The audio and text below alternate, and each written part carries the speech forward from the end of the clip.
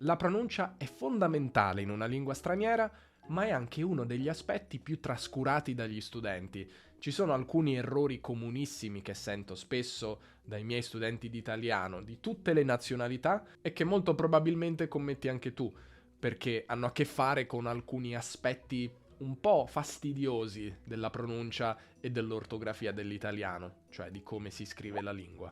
Imparare a evitare questi errori ti aiuterà a suonare molto più italiano e a essere preso più sul serio dai madrelingua, che di conseguenza ti parleranno più volentieri e più spesso in italiano, motivo per cui ho raccolto 4 degli errori o tipi di errori più comuni tra gli studenti di italiano. Io mi chiamo Davide e questo è Podcast Italiano, un canale per chi impara la lingua italiana. Attiva i sottotitoli se ne hai bisogno. La trascrizione integrale è sul mio sito, podcastitaliano.com. Ho anche preparato un PDF che accompagna il video e che potrai usare durante o dopo aver visto il video per ripassare e approfondire le informazioni. Sì, perché nel PDF troverai degli approfondimenti, delle informazioni che nel video non ho tempo di inserire per motivi di spazio e molto altro. Quindi ti lascio il link in descrizione, ma puoi anche scansionare questo codice QR con il tuo telefono. Prima di incominciare, molti degli errori di pronuncia che fai, in generale degli errori che fai, sono legati alla tua madrelingua, a come interferisce la tua madrelingua con l'italiano. Se parli inglese farai errori diversi rispetto a quelli che farà un parlante di tedesco o di cinese o di russo. Ma come dicevo poco fa, ci sono errori o tipi di errori che fanno praticamente tutti gli studenti. Ecco, quindi sono di questi che parlerò oggi. Come pronunceresti questa parola? La pronuncia corretta è lasciare. Lasciare. Se ascolti attentamente, noterai che non ho pronunciato quella I, che infatti è muta, quindi dico lasciare, così come dico lascio, lascia, lasciamo. Nelle combinazioni SC più A, O, U, la I non ha un suono, non si pronuncia. Di fatto serve solo a modificare la pronuncia delle lettere precedenti. In altre parole, se questa parola si pronuncia scarpa, aggiungendo una I tra SC e A, otteniamo sciarpa, con il suono sh. La I dunque ha l'unica funzione di segnalare che sk si pronuncia sh, ma di per sé non ha un suono. Quindi attenzione a non pronunciarla. Lo stesso vale per le combinazioni cia, cio, ciu e gia, gio, giù. In parole come ciao, ciò o ciurma, la I indica che la C si pronuncia c e non come una k di casa, ma la I stessa non si pronuncia. E lo stesso vale per la G, quindi in un nome come Gianni o Giovanni, o in parole come già o gioco, la I non si pronuncia, indica solo la pronuncia della G, e quindi non diciamo Giovanni, ma Giovanni. Il secondo tipo di errore è imparentato con il primo. Come pronunceresti questa parola? La pronuncia corretta è scienza. Anche qui, se ci fai caso, non pronuncio quella I. Non dico scienza, ma scienza. Potresti chiederti, ma qui a che cosa serve quella I? Se in parole come sciarpa o ciao aveva una funzione, cioè ci segnalava che SC non si pronunciava sk, ma sh, qui perché si scrive? A che serve? La verità è che quella I è di origine etimologica, cioè si spiega con l'origine latina della parola. In latino la parola era scientia e la I sì che si pronunciava, ma in italiano no, la I è muta e lo stesso vale per una parola come coscienza, dove la I si scrive di nuovo per motivi di etimologia, di origine della parola, ma nuovamente non va pronunciata. Nota invece che la parola conoscenza invece non ha nessuna I, sempre per la sua etimologia, ma la pronuncia della sua parte finale è sempre la stessa, scienza, coscienza, conoscenza, non cambia. Lo stesso vale per la combinazione CIE, in una parola come società o in una parola come specie, la I non si pronuncia, è muta anche qui. E anche qui la motivazione è etimologica, ha a che vedere con la storia della parola. E lo stesso nella combinazione ge, in una parola come igiene. Non si pronuncia, igiene. Ci sono poi combinazioni ce o ge in cui la i non ha una motivazione etimologica, ma segue una particolare regola ortografica di scrittura. Mi riferisco a casi come camice, che è il plurale di camicia, oppure valigie, che è il plurale di valigia. In questi casi la regola che si è affermata nelle grammatiche scolastiche, perché anticamente non era una regola vera e propria, c'era molta variazione, la regola vuole che si scriva la i se la sillaba precedente finisce per vocale. Valigia ha una i, cioè una vocale come lettera finale della sillaba precedente, li, e quindi il plurale valigie vorrà una i tra la G e la E. E lo stesso vale per camicia, la sillaba precedente a cia è mi, che finisce per vocale, i di nuovo, e quindi camice vuole la I in C-I-E. Parole come arancia o torce invece si scriveranno al plurale arance o torce perché la sillaba precedente finisce per N o R rispettivamente, due consonanti. Arancia, torcia.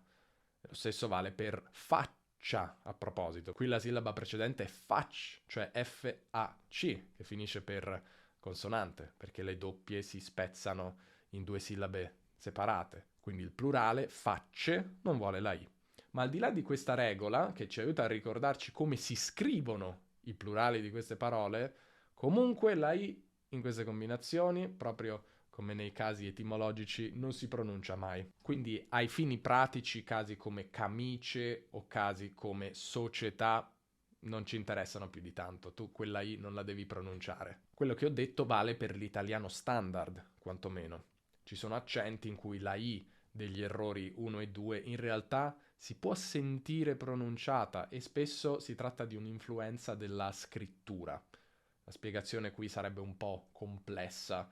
Resta il fatto che se senti quella I pronunciata, probabilmente abbiamo a che fare con un accento regionale abbastanza marcato. E comunque si tratta di pronunce che sono un po' stigmatizzate, sono un po' considerate incolte e quindi non te le consiglierei. Passiamo al terzo errore o terzo tipo di errore. Come pronunceresti questa parola in una frase come i miei fratelli non mi... La pronuncia corretta è ascoltano, con l'accento sulla O, sulla sillaba col. Molti studenti di italiano, almeno ai livelli più bassi, tendono a mettere l'accento su ta, ascoltano, perché di solito nelle parole italiane l'accento cade sulla penultima sillaba, ma nelle terze persone plurali dei verbi bisogna fare attenzione. Ora consideriamo il presente principalmente. L'accento alla terza persona plurale loro cade sempre prima della penultima sillaba. Mangiano, dicono, tornano, è la terzultima sillaba. Il trucco è pensare che l'accento cade proprio dove cade nella prima persona singolare del presente indicativo. Quindi è abbastanza semplice. Ascolto, accento su col, ascoltano, accento sempre su col. Dormo, dormono, dico, dicono, penso, pensano. Semplice, vero? Ora magari tu non fai questo errore perché hai un livello intermedio avanzato, ma prendiamo ora una parola come questa, che ti può confondere. Come la pronunci? La pronuncia corretta è occupano. L'accento qui non cade sulla terzultima sillaba, ma sulla quartultima. Occupano, occupano. Il trucco di prima però funziona sempre. Nella prima persona singolare al tempo presente l'accento è su occupo, terzultima sillaba. Quindi alla terza persona plurale avremo occupano, quartultima, e non occupano, occupano, come può capitare di sentire dagli studenti di italiano. La chiave dunque è sapere che si dice occupo e non occupo. Da occupo puoi ricavare occupano. Bisogna dunque fare attenzione ai verbi che funzionano come occupo, cioè occupare, parole in cui alla prima persona singolare del presente l'accento cade sulla terzultima sillaba, in alcuni verbi ancora prima. In italiano ce ne sono svariate come abito, quindi abitano, ospito, ospitano, comunico, comunicano, fabbrico, e quindi fabbricano, litigo, dalla terza plurale litigano, complico, che diventa complicano, dimentico, dimenticano, applico, applicano, provoco, provocano. Questi sono alcuni, ma te ne lascio altri nel PDF. Ora, come fare a sapere dove cade l'accento sulla prima persona singolare? Cioè, c'è un modo di sapere che si dice occupo e non occupo, complico o complico? No, purtroppo non c'è un modo di saperlo leggendo la parola, visto che in italiano non mettiamo un accento grafico, almeno all'interno di una parola, che ci dice su quale sillaba cade l'accento. Lo mettiamo solo in casi come andrò o caffè. E quindi l'unico modo è abituarsi attraverso tanto ascolto. Ascoltando tante volte queste parole inizieranno a entrarti in testa. Ma nel dubbio, se non sei sicuro o sicura, puoi dare un'occhiata alla pronuncia in un dizionario, oppure anche un dizionario di pronuncia, oppure su un sito come Youglish. Ma nel PDF troverai alcune indicazioni pratiche su come fare tutto questo, sui siti consigliati, quindi dai un'occhiata. E passiamo ora al quarto tipo di errore. Partiamo da una parola che sicuramente conosci. Come la pronunci? Dilla ad alta voce. La pronuncia è pizza, con il suono ts, che è praticamente il suono che abbiamo nella parola inglese it's.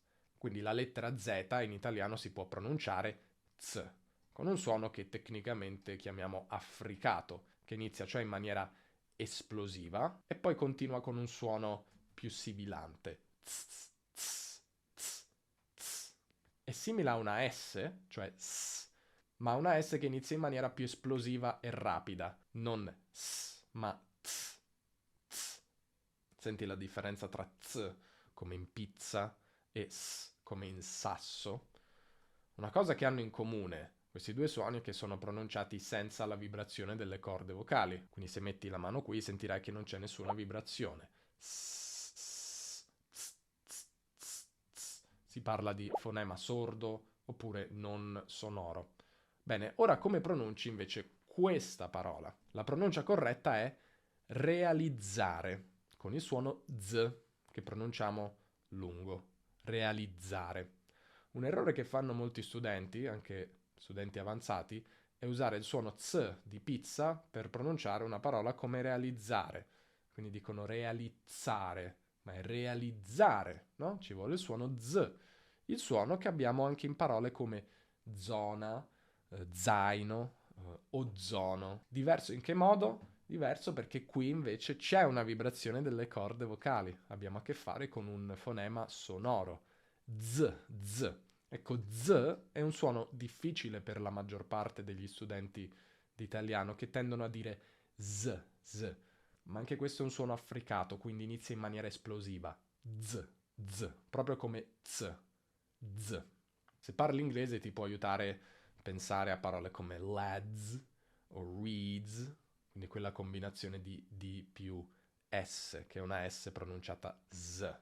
In effetti può aiutare a pensare proprio al suono Z, quello di una parola come rosa in italiano, con l'aggiunta di una D davanti. Z, anche se dobbiamo pronunciarla in maniera unita, non z, ma z. Ecco, realizzare, così come tutte le parole che hanno il suffisso izzare, vanno pronunciate con z e non z. Utilizzare, organizzare, velocizzare e centinaia di altre parole con il suffisso izzare. Il caso di izzare è molto regolare, ma come si fa a sapere in generale quando usare z e quando z? Perché l'ortografia non ci aiuta granché. La lettera che usiamo per entrambi i suoni è sempre la Z, che a proposito si legge z, con il fonema sonoro. Delle regole sulla pronuncia della Z ce ne sono, ma sono numerose, sono un po' complicate e comunque c'è una grande variazione regionale. Io ti posso dare un consiglio abbastanza semplice che va un po' contro alla pronuncia neutra, diciamo tradizionale, che in italiano viene chiamata dizione.